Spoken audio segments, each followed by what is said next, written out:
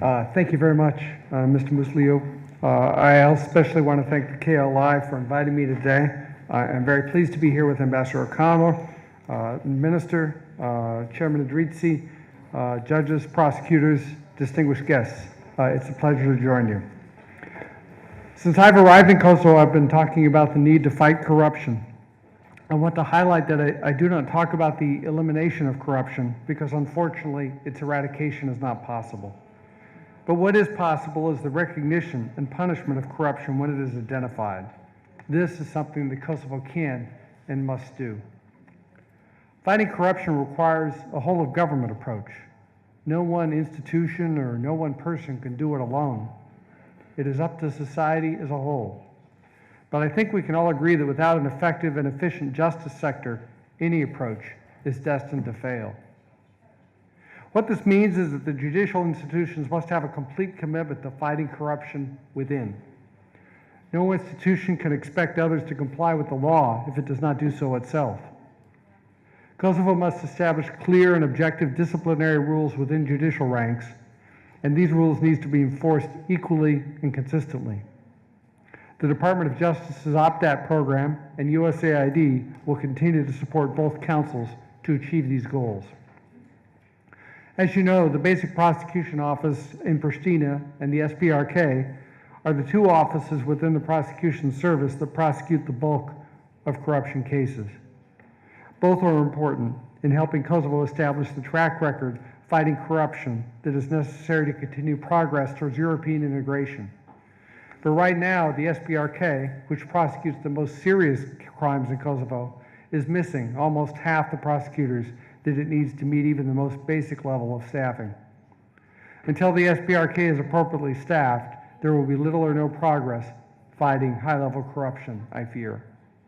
I urge all of you to take action to correct this situation and to do so as soon as possible. The basic prosecution handles most of the other corruption cases, but it too is unfortunately understaffed. In recent months, the prosecution service adopted a strategic plan that focuses resources on corruption, and there have been some tangible results. They should be commended for their efforts and encouraged to aggressively move forward with prosecuting these cases, but the work is far from done. Our Department of Justice opt-out program is supporting these efforts and will continue to do so in the future. There must also be equality of justice. To fight impunity, anyone found guilty of corruption must be sentenced to proportionate, predictable, and consistent punishment or an effective program for rehabilitation.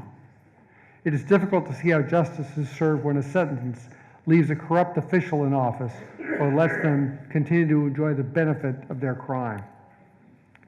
I certainly associate myself with the comments of Ambassador O'Connell on that very subject just moments ago.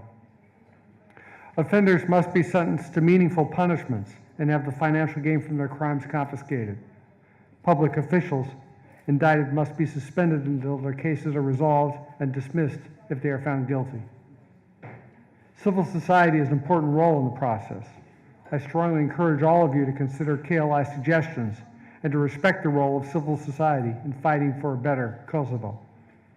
No one likes to be criticized or told they're not doing a perfect job, but the truth is that there is room for improvement in everything we do.